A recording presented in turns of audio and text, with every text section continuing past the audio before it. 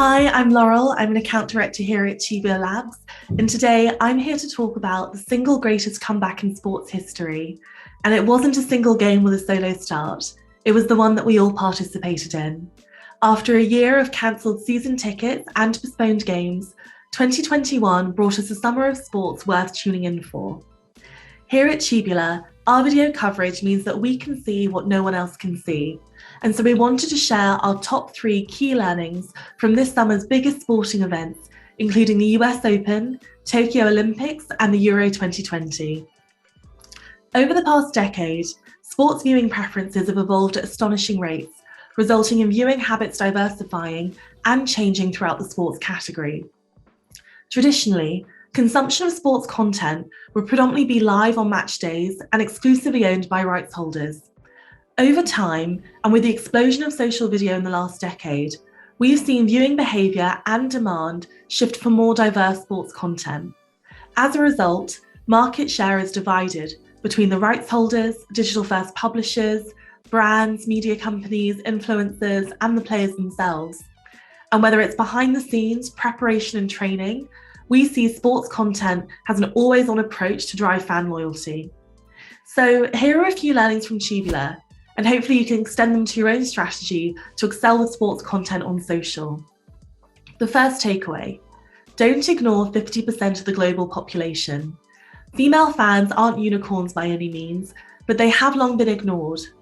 Tubular intelligence data shows us that women's sports increasingly attract audiences across genders. Another way that creators are attracting female audience specifically is featuring more professional women's sports.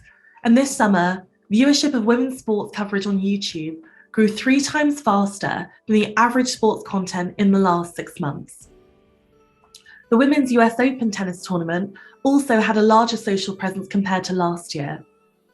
We dug into Tubular's data a little deeper and identified key trends. We saw a large proportion of content viewership from the game focused on what was happening in the stand and the spectator view, demonstrating social audiences enjoy unique content happening behind the scenes. But one athlete in particular dominated social content. Emma Raducanu was featured in 8 of the top 10 most viewed women's US Open videos on both YouTube and Facebook. Top performing videos by viewership showcase the emotions behind her triumph and celebrations.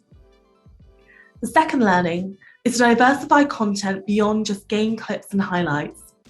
Here at Tubular, we've seen specifically younger audiences seeking diversified content, showing the underbelly of sports, the athletes and the off-the-field culture, highly resonating with fans and communities, and it's not just about the game highlights. The Tokyo Olympics was a particularly interesting event. There were no spectators, making social coverage even more important to connect and inform fans across the world. We saw the content that resonated most with fans during the Olympics were personal, engaging videos. The view behind the scenes from athletes and creators was important for fans to feel connected with the games. Leading up to the Olympics, audiences were transfixed by athletes' haul videos, featuring goodies from brands that were sent to the Olympic Village. And personal moments also sparked engagement, like the first ever gold medal for the Philippines, Simone Biles speaking openly about mental health, and Sam Kendrick stopping mid-run for the national anthem. These moments all resonated with audiences and were captured and shared through the medium of social video. Euro 2020 content performance also supported this. The day following the final, Euro content had 89 million views, and our Tubular intelligence data reveals that content outside of the game highlights, videos of interviews and also fan celebrations, were a high-performing theme and also the largest category of content published on Facebook. The final key takeaway: use social video leading up to and throughout these massive global events. The Euro 2020 tournament was a perfect example that you don't need to be the official rights holder to make successful content around sporting events.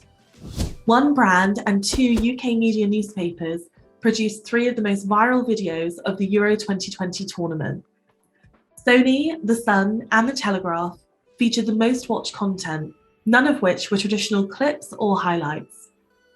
Sony's video, which teased the start of the tournament, received over 6 million views before any games had even started, and a great example of driving engagement prior to an event.